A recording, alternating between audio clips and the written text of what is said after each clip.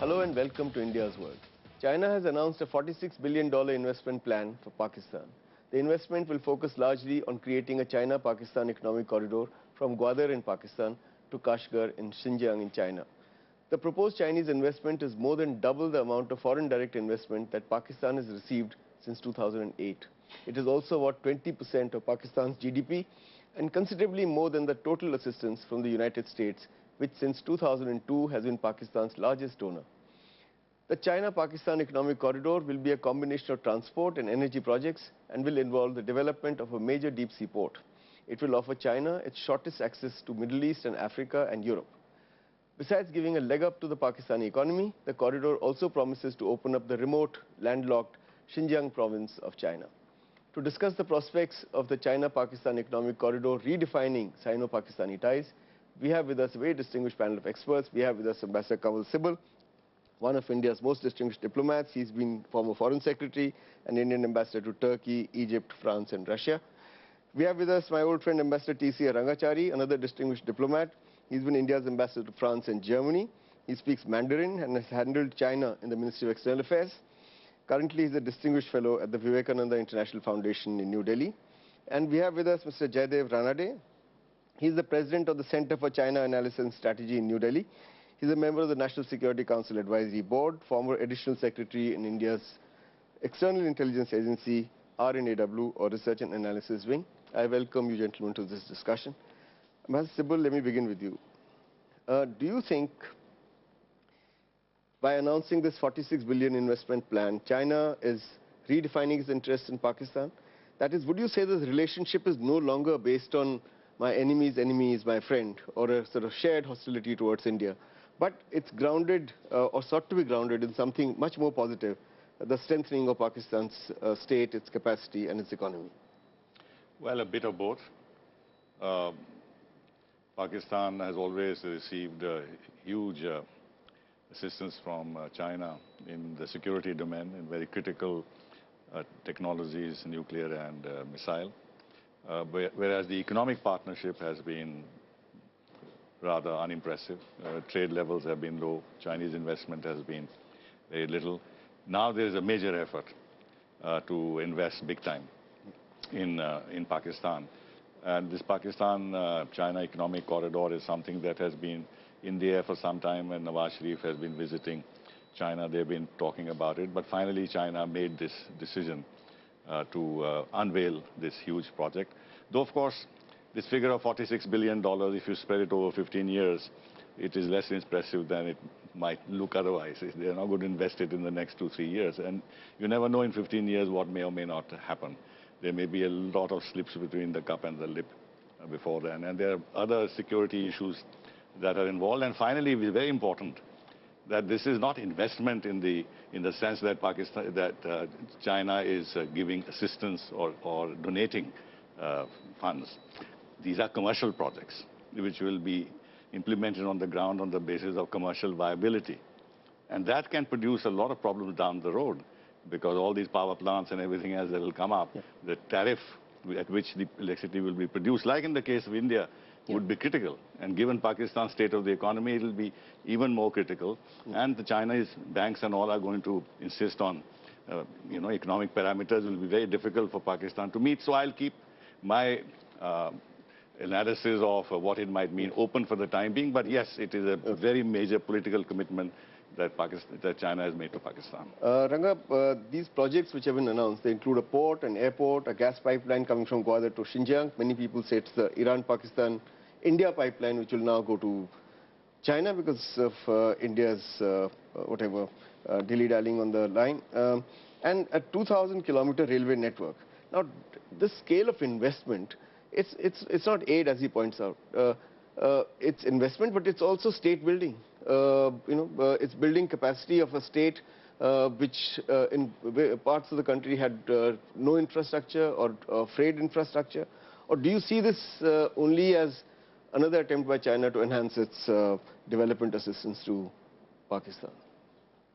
Well, I think we need to look at it perhaps at 3 or 4 different levels. One is the larger global kind of picture of the role that China is proposing to play Clearly, China now having emerged as the second largest economy with a close to $4 trillion reserve, wants to assert itself in the global scene as a major player. And also, in some ways, I think we should give China the credit for trying to create a new agenda for development and connectivity in the neighborhood and beyond. And that is where the proposal that was made by Xi Jinping in 2013 and followed up now in the NPC by Li Keqiang and by Xi Jinping himself of one belt, one road comes in, because Nawaz Sharif in his statement welcoming Xi Jinping in the Pakistani parliament has talked in terms of how this China-Pakistan economic corridor will be a spur to this one belt proposal, which runs from Xi'an to Kazakhstan and on to Turkey, Iran, Russia and into the Europe. new Silk Route. So that is one dimension.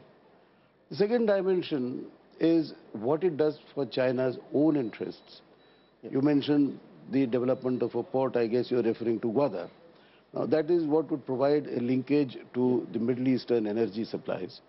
And I think we should not be surprised that once the project actually gets started, there will also be a pipeline, an oil pipeline that would be added on to the but let me take the question of China's interest to Mr. Ranade, as we are running short of time on this. So what are the major strategic interests of China? He's mentioned energy security being one of them.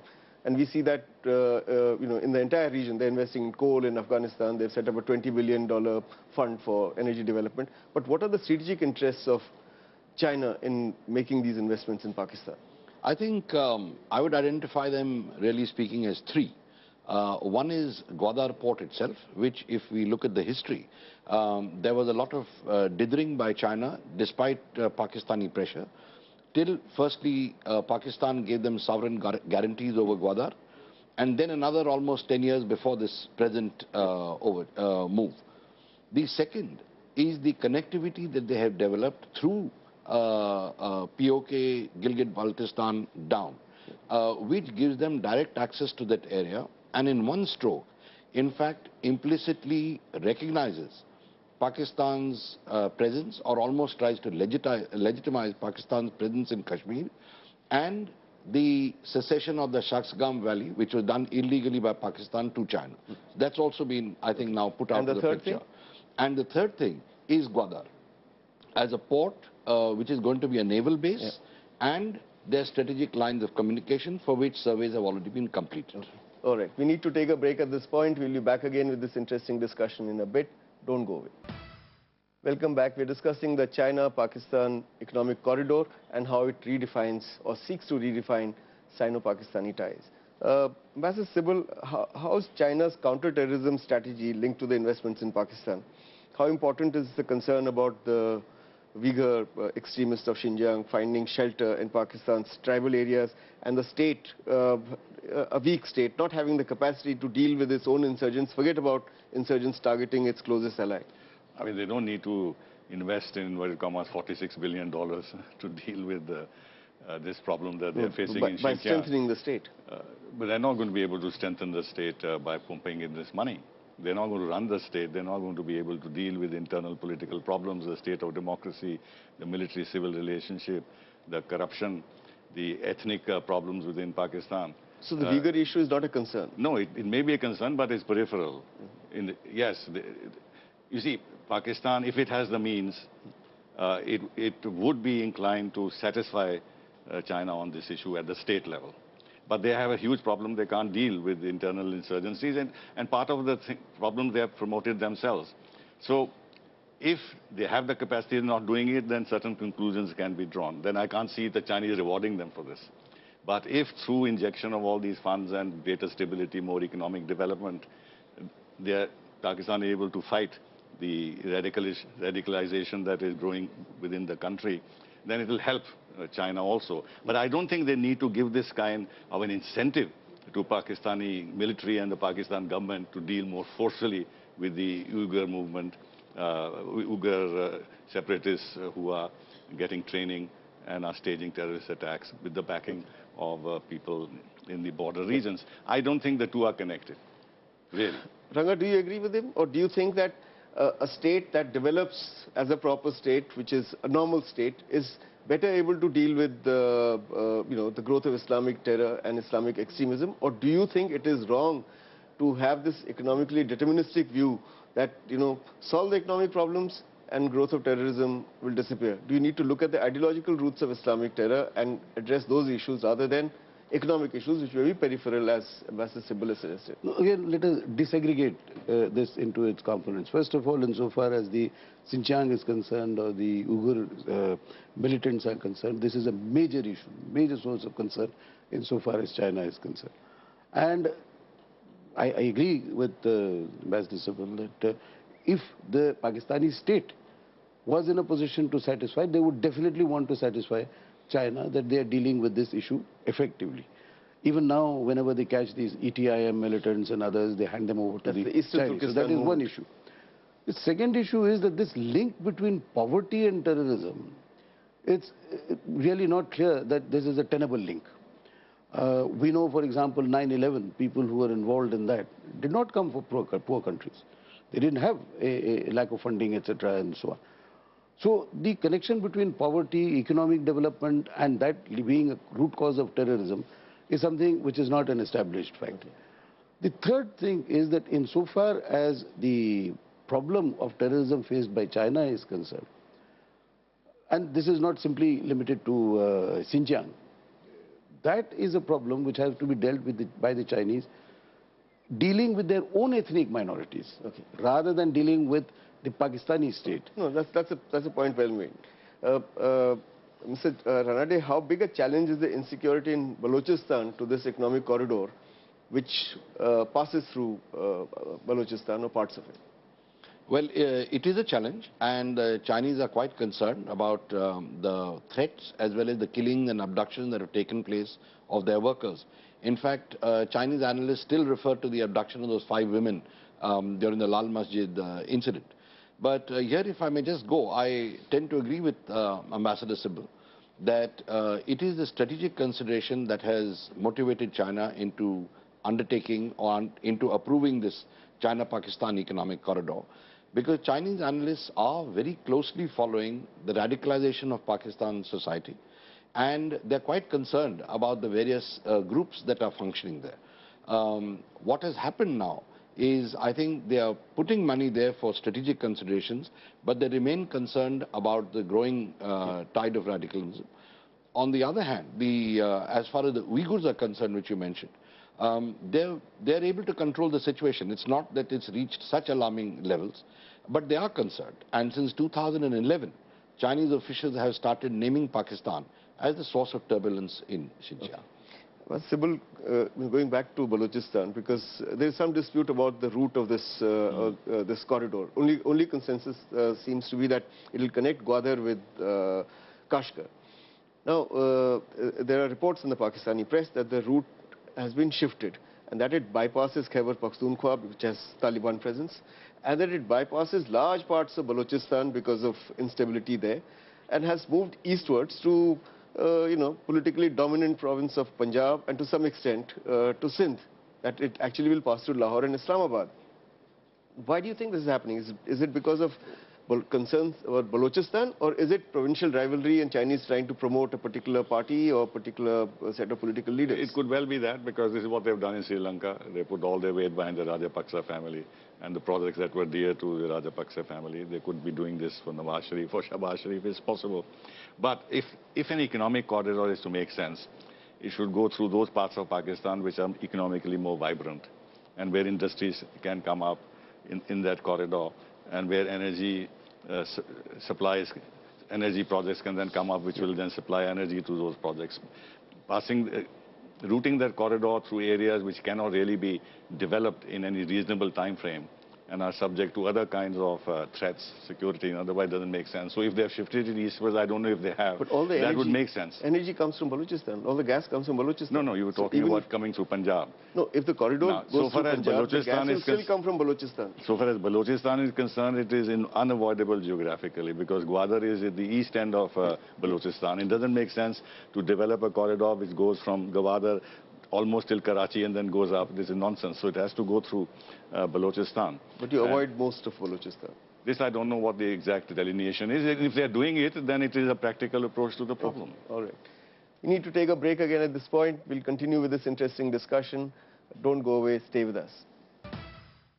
Welcome back. We're discussing China redefining its ties with Pakistan. Mr. Ranade, you wanted to say something about the route of the corridor.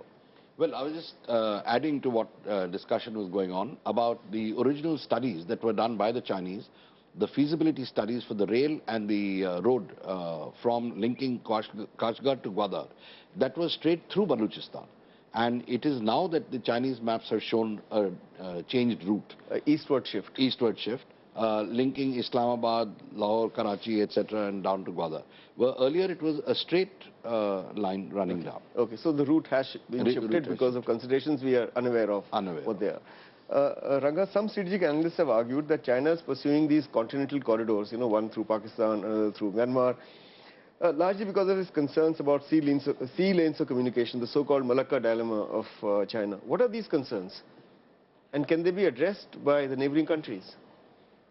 Well, see, today China has become so import dependent. Yeah. In fact, their current statistics show that insofar as energy supplies are concerned, the amount of energy that China is importing is even more than what the Americans are importing.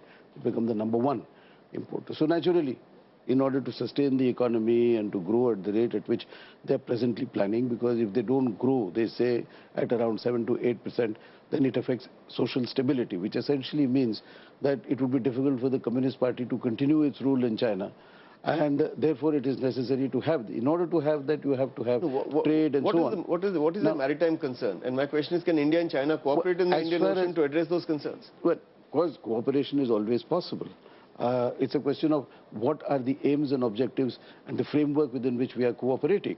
Now, if you look at the maritime Silk Route that has been drawn up, the only point which is supposed to be part of that is Calcutta. Today, Calcutta is the 3rd largest port in India. And if you take all of the tonnage that's handled in Indian ports, it is about the same or a little less than what Shanghai port alone handles.